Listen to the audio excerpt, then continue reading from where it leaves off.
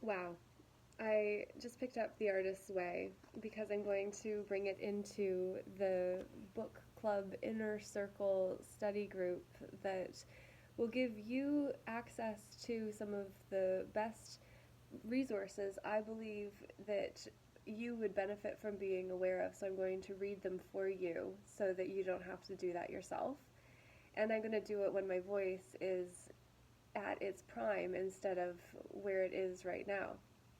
Yet, while I am in a reset mode, Jordy Lishman, who is a proponent for German New Medicine, would suggest that I'm in resolution after the resolution that took place by going to see loved ones, that I'm getting over myself and out of my own way in order to be able to connect to, because I am a truth teller and a secret sayer without meaning to be.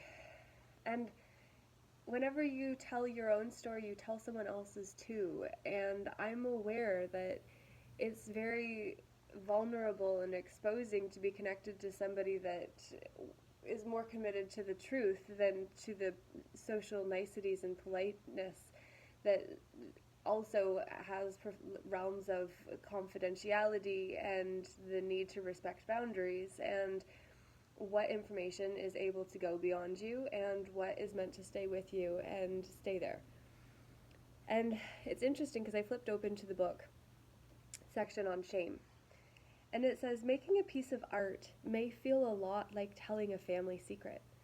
Secret telling, by its very nature, involves shame and fear. It asks the question, what will they think of me once they know this?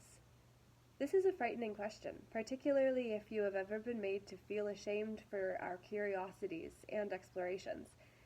Social, sexual, spiritual. How dare you, angry adults ask, often rage at an innocent child who has stumbled onto a family secret. How dare you open your mother's jewelry box? How dare you open your father's desk drawer? How dare you open the bedroom door? How dare you go down in the cellar, up in the attic, into the dark place where we hide things we don't want you to know? The act of making art exposes a society to itself. Art brings things to light. It illuminates us. Or we could say it illuminates us. Because there is a difference between illumination and illuminate. Illumination and lumination. My apologies. It's those ills that make us not at our prime. It sheds light on our lingering darkness. It casts a beam into the heart of our own darkness and says, see? When people do not want to see something, they get mad at the one who shows them. They kill the messenger. A child from an alcoholic home gets into trouble scholastically or sexually. The family is flagged as being troubled. The child is made to feel shame for bringing shame to the family. But did the child bring shame? No. The child brought shameful things to light. The family's shame predated and caused the child's distress. What will the neighbors think is a shaming device, aimed at continuing a conspiracy of illness? I literally didn't read this before talking about illness prior to this, being part of this. Art opens the closets, airs out the cellars and attics. It brings healing. Addicts in a house, addicts in our families. Just pointing out the phonetic similarity. But before a wound can heal, it must be seen. And this act of exposing the wound to air and light, the artist's act, is often reacted to with shaming. Bad reviews are a prime source of shame for many artists. The truth is, many reviews do aim at creating shame in an artist. Shame on you. How dare you make that rotten piece of art? For the artist, yes, hello, darling. Hi, honey.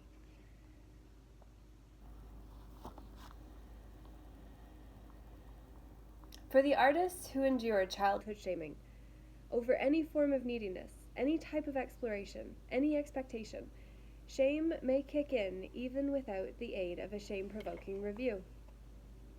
If a child has ever been made to feel foolish for believing him or herself talented, the act of actually finishing a piece of art will be fraught with internal shaming. Many artists begin a piece of work, get well along in it, and then find, as they near completion, that the work seems mysteriously drained of merit. It's no wonder. It's no longer worth the trouble. To therapists, the surge of sudden disinterest, it doesn't matter, is a routine coping device employed to deny pain and ward off vulnerability. He forgot my birthday. Oh well, no big deal. A lifetime of this kind of experience, in which needs for recognition are routinely dishonored, teaches a young child that putting anything out for attention is a dangerous act. Dragging home the invisible bone. Okay. He's okay. And something is on the floor in the kitchen, and that's okay too. It's no big deal. A lifetime of this kind of experience, in which needs for recognition are routinely dishonored, teaches a child that putting anything out for attention is a dangerous act. Dragging home the invisible bone is how one recovering artist characterized her vain search for an achievement big enough to gain approval in her family of origin. No matter how big a deal it was, they never seemed to take much notice. They always found something wrong with it. All A's and one B, and that B got the attention. It is only natural that a young artist try to flag parental attention by way of accomplishments, positive or negative. Faced with indifference or rage, such youngsters soon learn that no bone would really meet with parental approval. Often, we are wrongly shamed as creatives. From this shaming, we learn that we are wrong to create. Once we learn this lesson, we forget it instantly, buried under "it doesn't matter." The shame lives on, waiting to attach itself to our new efforts. The very act of attempting to make art creates shame. This is why many a great student film is never sent off to festivals where it can be seen, why good novels are destroyed or live in desk drawers. This is why plays do not get sent out, why talented actors don't audition. This is why artists may feel shame at admitting their dreams. Shame is re-triggered in us as adults because our internal artist is always our creative child. Because of this, making a piece of art may cause us to feel shame. We don't make art with its eventual criticism foremost in mind, but criticism that asks a question like, how could you? Can make an artist feel like a shamed child. A well-meaning friend who constructively criticizes a beginning writer may very well end that writer. Let me be clear. Not all criticism is shaming. In fact, even the most severe criticism, when it fairly hits the mark, is apt to be greeted by an internal aha, if it shows the artist a new and valid path for work. The criticism that damages is that which disparages, dismisses, ridicules, or condemns. It is frequently vicious, but vague and difficult to refute. This is the criticism that damages. Shamed by such criticism, an artist may become blocked or stop sending work out into the world. A perfectionist friend, teacher, or critic, like a perfectionist parent who nitpicks at missing commas, can dampen the ardor of a young artist who is just learning to let it rip. Because of this, as artists, we must learn to be very self-protective. Does this mean no criticism? No. It means learning where and when to seek out right criticism. As artists, we must learn when criticism is appropriate and from whom. Not only the source, but the timing is very important here. A first draft is seldom appropriately shown to any but the most gentle and discerning eye. It often takes another artist to see the embryonic work that is trying to sprout. The inexperienced or harsh critical eye, instead of nurturing the shoot of art into being, may shoot it down instead. As artists, we cannot control all the criticism we will receive. We cannot make our professional critics more healthy or more loving or more constructive than they are. But we can learn to confront. But we can learn to comfort our inners. But we can learn to comfort our artist child over unfair criticism. We can learn to find friends with whom we can safely vent our pain. We can learn not to deny and stuff our feelings when we have been artistically savaged. Art requires a safe hatchery. Ideally, artists find this first in their family, then in their school, and finally in a community of friends and supporters. This ideal is seldom a reality, though. As artists, we must learn to create our own safe environments. We must learn to protect our artist child from shame, firstly. We do this by diffusing our childhood shamings, getting them on the page and sharing them with a trusted, non-shaming other.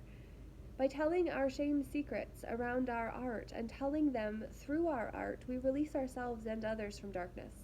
This release is not always welcomed, and the whiplash can be horrendous. I said that at 11:01, which is really funny because of the new beginnings around that too. But here we go. We must learn that when our art reveals a secret of the human soul, those watching it may try to shame us for making it. It's terrible, they may say, attacking the work when the work itself is actually fine.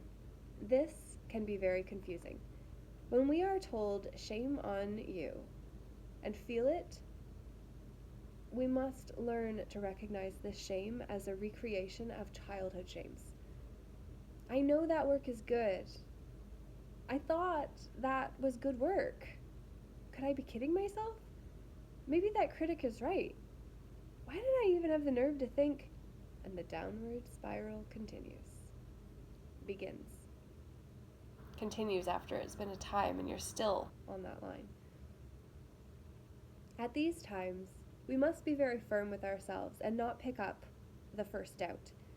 We simply cannot allow the first negative thinking to take hold. Taking in the first doubt is like picking up the first drink for an alcoholic. Once in our system, the doubt will take on another doubt and another. Doubting thoughts can be stopped, but it takes vigilance to do it. Maybe that critic was right. And boom, we must go into action. You are a good artist, a brave artist. You are doing well. It's good that you did the work. When God's Will, the romantic film comedy I directed, debuted in Washington, D.C., it was a homecoming for me. My earliest journalism work had been through the Washington Post. I was hoping for a hometown girl makes good reception, but in the reviews printed prior to the opening, I did not get that. The Post sent a young woman who watched an entire movie about theater people and then wrote about it was about movie people. She added that most of my dialogue had been stolen from Casablanca. I wondered what movie she had seen, not the one I made.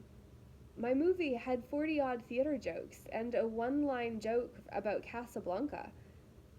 Those were the facts, but they didn't do me any good. I was mortified, shamed, ready to almost die. Because the antidote for shame is self-love and self-praise. This is what I did.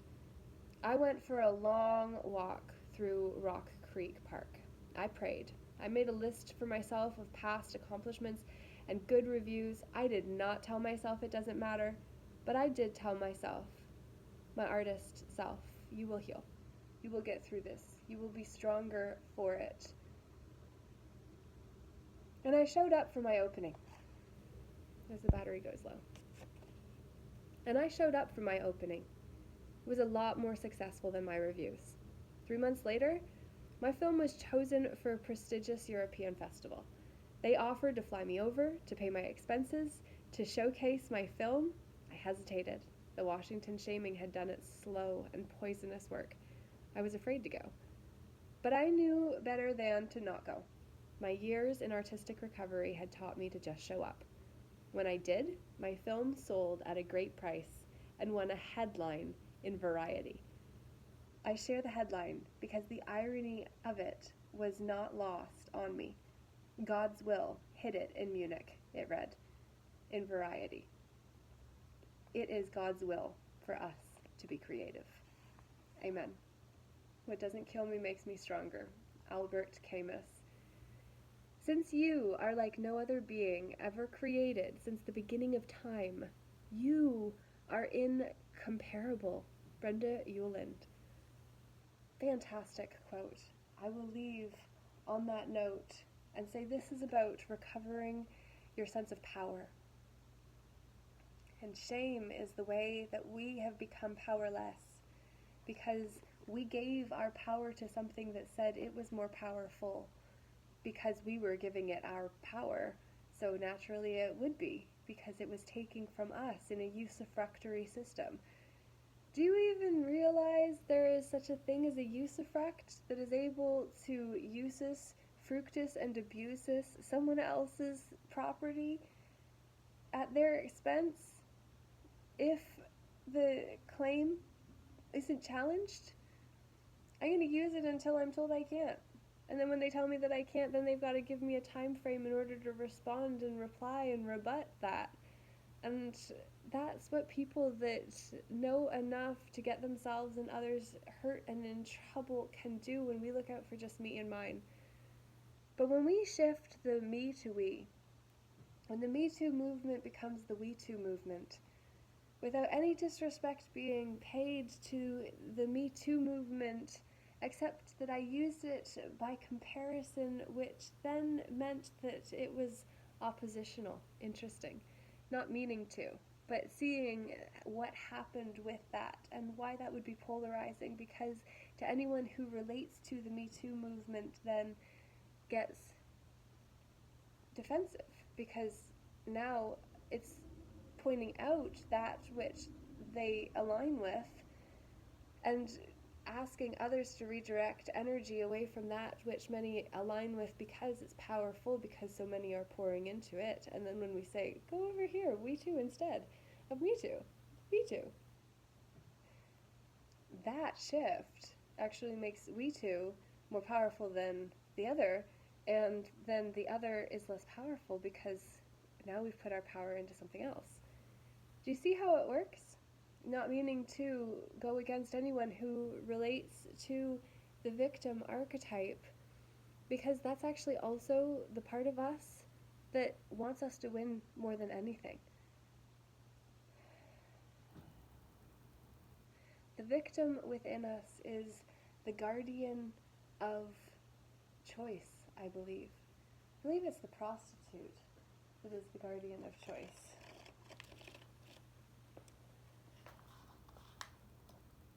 Viction, an inclination to undertake a certain kind of work, often in response to a perceived summons, a calling, just FYI. In case you wondered why I be reading you what I wrote, and why I wrote it in the first place. Do you understand that sometimes we just do what we know we need to, and then we see that the victim is the guardian of self-esteem. The child is the guardian of innocence. The prostitute is the guardian of faith, and the saboteur is the guardian of choice. The saboteur archetype is the disruptive force within that mirrors our fears of taking responsibility for ourselves and our creations. Acts of courage and trusting our intuition are ways we can silence the scared saboteur within, which help it become our guardian of choice. That comes from Carolyn Mace's work, Sacred Contracts, which I actually have around here in a place I cannot reach, but I did reach for my own book. The normal copies don't have the purple heart that I put on mine before I marked it up and tagged it up and went through it a few times for masterminding, and am doing it again, but now bringing in the artist's way. Now relating being an artist to the sacred sojourn of the soul. Now using the framework of the special practice, which is the next program that we are creating in order to actually be the creators of our reality, instead of just reacting to the reality another thrusts onto us because we trust the wrong source. Seeing the hee of the thrust for trust that captivated us and made us a captive audience. Yeah, so I'm going to go. I'd love to know what this means to and for you, so leave a comment down